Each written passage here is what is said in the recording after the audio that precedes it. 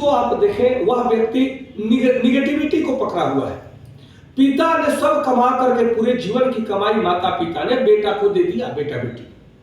परंतु जब बेटा जवान होता है तो कहता है कि बाप को कि तुमने हमारे लिए किया क्या। उसी तरह से समाज में बहुत सारे लोग हैं जो नकारात्मकता को अपने सर में भरे पड़े हैं और उसी का बोझ लेकर के ढो रहे हैं।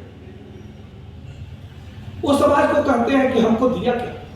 उनका मन होता है, मन की प्रवृत्ति क्या है, वो हमेशा चाहती है कुछ स्वादिष्ट, चटक मटक। वो चाहता है कि कुछ चटक मटक क्या है मिलता है, किसी की निंदा में, चुगली में, किसी की बुराई करने में उसको आनंद आता है। जबकि ज्ञानी उस निगेटिविटी को हटाकर हमेशा सकारात्मक विचार अपने मन में भरता है। सकारात्मक विचार में ही आनंद है, सुख है, निरोगता है, और नकारात्मक विचार में ही दुख है और रोग है और विनाश है। इसके सिवाय कुछ नहीं। लेकिन समाज में है कि कोई मेरे को फ्री में दे दे, समाज कुछ करना नहीं चाहता। अधिकांश लोग आपको ऐसे मिलेंगे कि जो कहेंगे, कोई उनका भाव क्या है कि कोई बाबा आए और अब मेरे जीवन में चमत्कार करे, परंतु नहीं। ये सृष्टि चक्र सिद्धांत है, हमारे ऋषि मुनियों ने लिखा है, बार बार लिख करके गए हैं, वो प्रैक्टिकल, कि भाई कोई दूसरा चमत्कार आपके जीवन में करने वाला नहीं है। आप अपने जीवन का निर्माता खुद है। आज आप जो भी है अपने विचारों से है, अपने कर्मों से है, अपने व्यवहार से है। आप चाहेंगे दूसरा आकर के हमारा कल्याण कर दे। जब आप कहते हैं ना कि ईश्वर भी मदद उसी का करता है, भगवान उसी का मदद करता है जो अपना मदद करता है।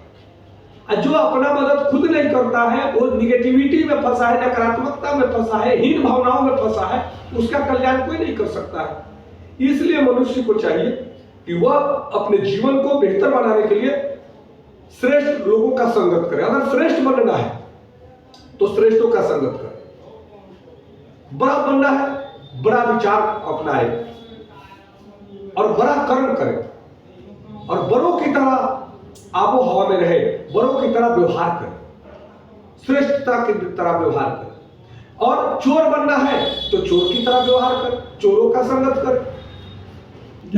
जैसी संगति वैसी रंगति। कहते हैं ना कि हवा तो बह रही है, हवाएं बह रही है, परंतु वही हवा जब गंदे नाले को होकर गुजरती है तो 1 किलोमीटर दूर तक जाकर के बदबू आता है। तो लोग क्या कहते हैं कि यह गंदा हवा आ रहा है, यानी हवा कहीं गंदगी को टच करते हुए आ रही है। और वही हवा जब फूलों के बाग होकर के गुजरती है तो 1 किलोमीटर 2 किलोमीटर तक बाहर जाती है, दूर जाती है, तब भी उसमें लोग कहते हैं क्या, बड़ा सुगंध आ रहा है, लग रहा है कहीं फूल के बाग बगीचा से ये हवा चल के आ रही है, बड़ा अच्छा लग रहा है। यही फर्क है जीवन में। हमने देखा, हम सब लोग एक गरीब परिवार में जन्म लिए, एक संघर्ष मिडिल क्लास फैमिली में हम जन्म लिए, लेकिन ये कर्तव्य तो नहीं है ना कि नकारात्मकता को बोझ ढोते रहे। दिल पर कोई बोझ न रखिए, कभी हार्ट अटैक नहीं होगा। दिमाग में कभी टेंशन और नकारात्मक विचार न रखिए, कभी ब्रेन हेमरेज नहीं होगा। हल्का बनिए, सरल बनिए, साधारण बनिए, सबको नमस्कार कीजिए, दुनिया आपको नमस्कार करेगी। अहंकार करेंगे, दुनिया आपसे अहंकार करेगी, आपसे नफरत करेगी। रावण को लोग जलाने जाते हैं। रावण जैसा विद्वान, रावण जैसा पंडित, रावण जैसा ज्ञानी और रावण जैसा तपस्वी खोजने से विश्व में नहीं मिलेगा, परंतु एकमात्र उसका अहंकार जो था संपूर्ण अच्छाइयों को नाश कर दिया, नष्ट कर दिया। अच्छाइयों को तो नष्ट किया ही, उसके कुल से लेकर कुल खानदान और पूरे राज्य को नष्ट कर दिया। केवल एक अहंकार, मैं झुकूंगा नहीं। कई लोग कहते हैं मैं किसी के सामने झुकता नहीं, मैं तो केवल भगवान के सामने झुकता हूं, ईश्वर के सामने झुकता हूं। अरे वो तुम्हें झुकना सिखलाया है, झुकोगे सबके सामने, क्योंकि वो ईश्वरीय शक्ति कहीं अलग नहीं है जहां जाकर तुम झुकोगे। वो मंदिर मस्जिद में नहीं बैठा हुआ है कि उसी वहीं पे जाकर झुकोगे, तुम्हारे सामने बैठा हुआ है। ये सब ईश्वरीय शक्ति है, ये सब में ईश्वर निवास करते हैं, सब में अल्लाह निवास करते हैं। तब किस बात का घमंड है, किस बात का अकड़ है? अरे अकड़ तो मुर्दों में होती है, अगर मुर्दों में होती है। हाँ, विद्वान व्यक्ति तो झुकता है, वो हर पल झुकता है। हम गांव के रहने वाले हैं, हम गांव में जब थे, बच्चे थे हम लोग, तो देखते थे कहीं पीर बाबा का बाजार है, वहां भी बड़े बुजुर्ग कहते बेटा यहाँ पे माथा टेको। कहीं ब्रह्म बाबा का स्थान है, वहां भी कहते थे कि ये माथा टेको। वहां फर्क नहीं था।